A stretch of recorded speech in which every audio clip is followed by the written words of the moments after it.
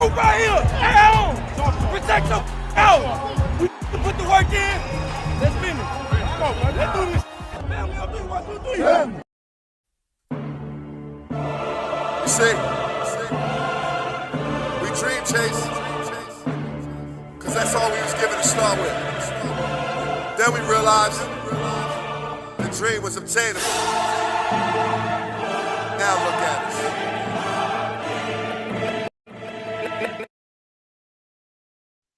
What's going on, Eagles Nation and TMTP family? Welcome back to another episode here on the Main Thing Podcast Presents. It's your boy, Mr. Owens, and after further review,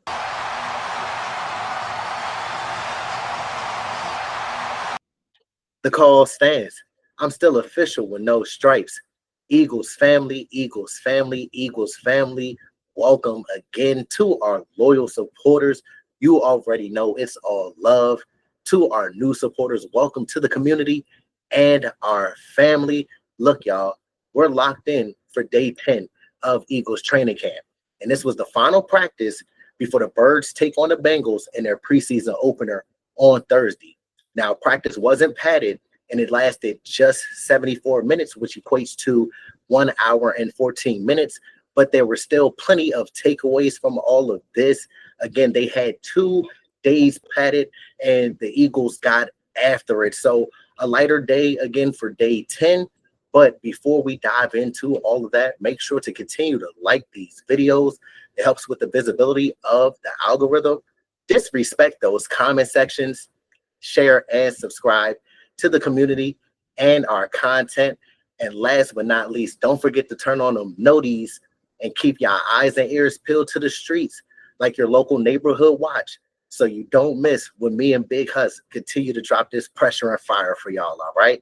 But let's get right into it and keep the main thing the main thing. So we got roster moves, injuries, standout plays, and red zone heat. So let's get active, all right? So we got the housekeeping, news, and notes. So first off, let's get into roster shakeups. The Eagles traded T-Book, Thomas Booker, one of the fan favorites, to the Raiders and picked up cornerback Jakorian Bennett in return. Now, Bennett didn't practice Tuesday, but was spotted on the field and will be rocking the number 49. Ugh, that's nasty when he suits up. But of course, when more people continue to get cut, other numbers will continue to open up, so he'll have a better option to choose from. But Coach Nick Sirianni said that this move is all about depth. In quote, "We like his tape coming out, speed, coverage, and special teams value."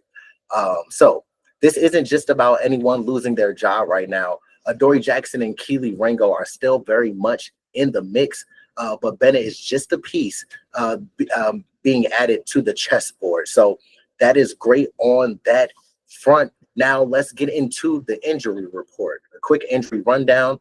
We have did not practice Zach Bond back, AJ Arthur Juan K with a hamstring, Montrell Johnson, Byron Young, and now the limited participants included Lewis Seen, Charlie Hewlett, Trevor Keegan, Terrace Marshall, Mac McWilliams, Andrew Makuba, and Matt Pryor. So now some good news is it's no major long-term concerns with Arthur Juan K or Billboard Bond. The team is just being cautious.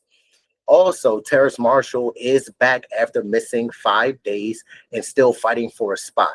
Now, rookie Andrew Makuba was back in on 11 on 11s, and that's a big step for him in the positive direction that he needs to take for the remainder of training camp. So some depth chart and positional rotations. Let's talk the depth chart shifts right now. So Adoree Jackson continues to lead reps outside corner. That's 6 days to him and 4 days for Kelee Ringo. Again, that's tic-tac-toe. We're keeping tally of the score. But Ringo still is heavily rotated in doing red zone work. Now, Sidney Brown is still the top nickel safety next to Reed Blankenship, and Cooper DeJean still is getting those safety reps in the base formations. LB reps were led by Jeremiah Trotter Jr., Axeman Jr., and Jahad Campbell, but Smile Munden also got some work. Veteran Kendall Lamb, offensive guard Kendall Lamb, and tackle.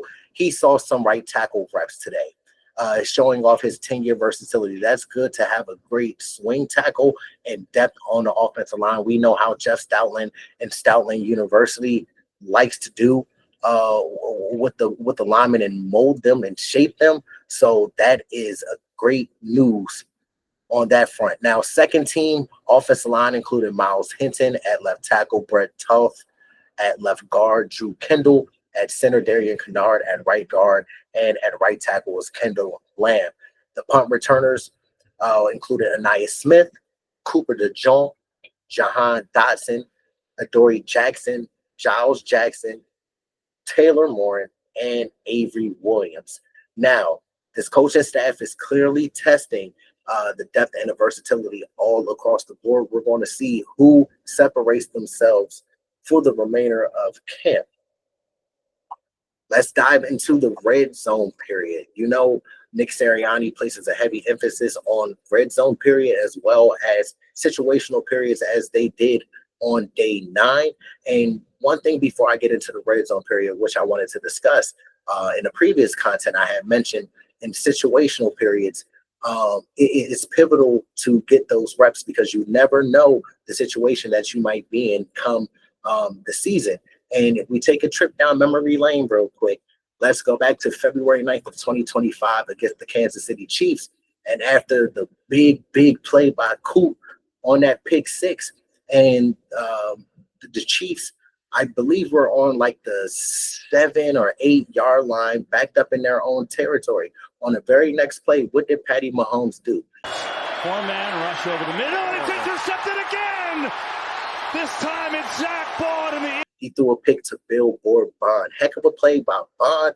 But you see, if you don't practice those type of plays in situations, scenarios like that can have that type of outcome. And we hope to avoid that. But again, let's talk about red zone, arguably the best part of practice. The situation was 1st and goal from the 10, all right? So QB1 went to Saquon on a Texas route. So it was a great sharp throw and for the touchdown. So that put the offense on the scoreboard if we're tallying 1-0. Then we had Tanner McKee to Will Shipley twice, including a swing pass and an end zone finish, which put the offense up 2-0. Now, back to the first team offense. QB1 hit Saquon for about a 6-yard gain and then threw a strike off of his back foot to Jahan Dotson, who we've been looking for to come around and take that leap. But he's been having a great camp so far, but hit him for a touchdown against cover 0. So the offense won that period 3-0.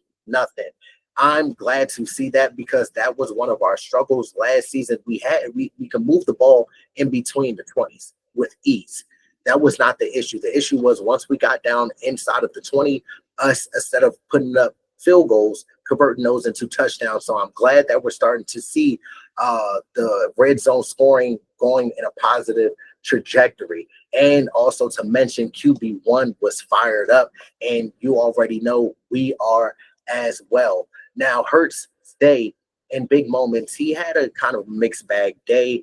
Hurts looked sharp for the most part. He was 12 out of 20 with 5 touchdowns, 1 INT. Solid day per Elliott Shore Parks. He received a B+ grade. I actually like when Elliott Shore Parks does that.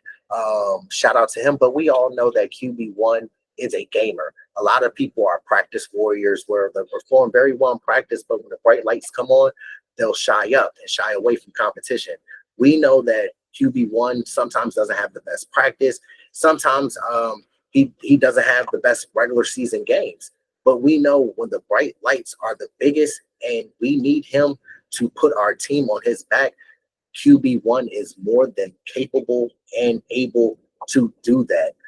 But again, he did toss an interception that came from Jeremiah Trotter Jr., Axeman Jr. He came on a blitz And with Dallas Goedert coming out of his break and stumbling, QB1 had lofted one up.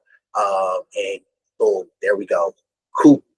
DeJean snagged his first INT of camp. So that was a major moment for the second-year player. Later, QB1 hit Smitty for a 25-yard touchdown. They had Josh Uche in coverage. I know that was a mismatch from the get-go, so y'all know that was easy money for the Slim Reaper, but Uche sticking in frame for the most part was still kind of impressive for a edge rusher. Now, standout defense and role players for the defensive line, Moro Ojomo continues to put together a very, very strong camp. He had another sack today. He beat Brett Toth, who was at left guard and also had pressure earlier against starters. So some receivers on the rise that we should keep in mind and keep a lookout on, especially with the preseason game approaching tomorrow. It's definitely some receivers that we should spotlight and you all should circle. Now, Elijah Cooks, he continues to make one play per day, per usual. And the mission on Tuesday, he lost Eli Ricks for a touchdown from Tanner McKee, then caught a 2-point conversion right after saying, wow, bam, thank you, ma'am. So Dallas Goedert had maybe the catch of the day. He skied over Andrew Makuba in 7-on-7s. And reminder, let's keep in consideration, Dallas Goedert still has wide receiver one hands. The only issue with Goedert is that we pray and hope that he remains healthy because he can have a huge year for us. And finally, Darius Cooper, rookie from Tarleton State, he bagged up Mac McWilliams in the end zone, and he's been quietly stacking days, positive days in camp. So now some odds and ends in closing. Keely Ringo nearly got an INT, nearly got a pick.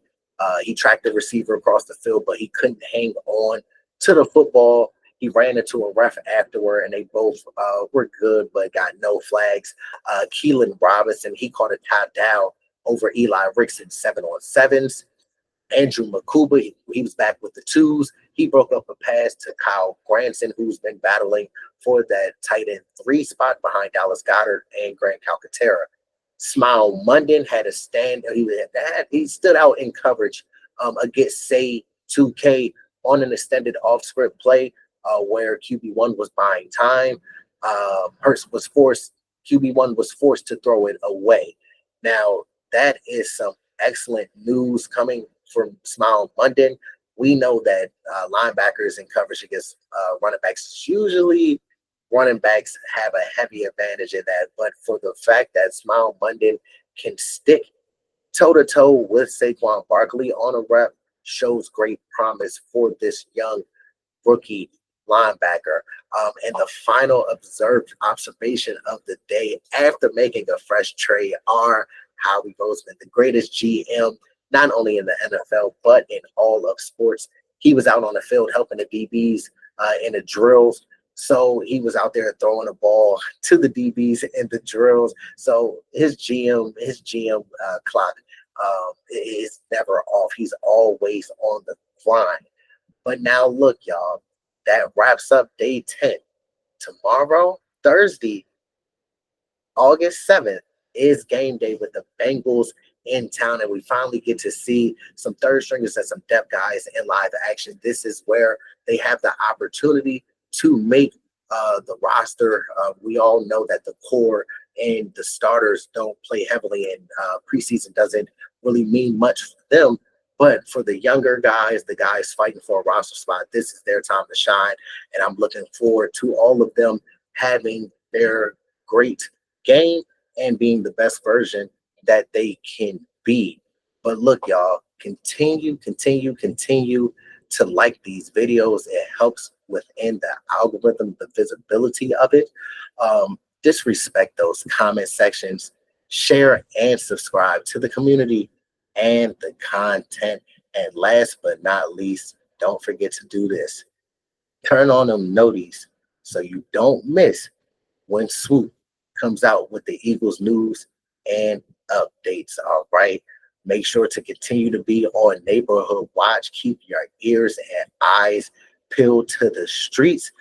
Let us know down in the comments. All right. Let us know, who's your camp standouts so far. Is it Coop? Is it Elijah Cooks?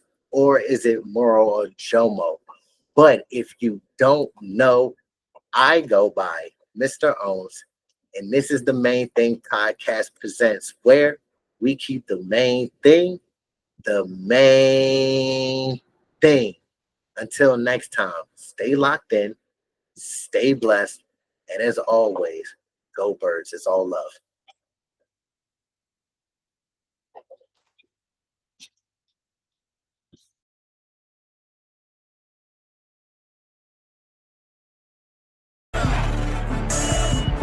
It was I was gonna make a lot of money doing what I wanted to do. I went after it, and it was a struggle to achieve it. But you know what? I caught that bitch. Dream chaser.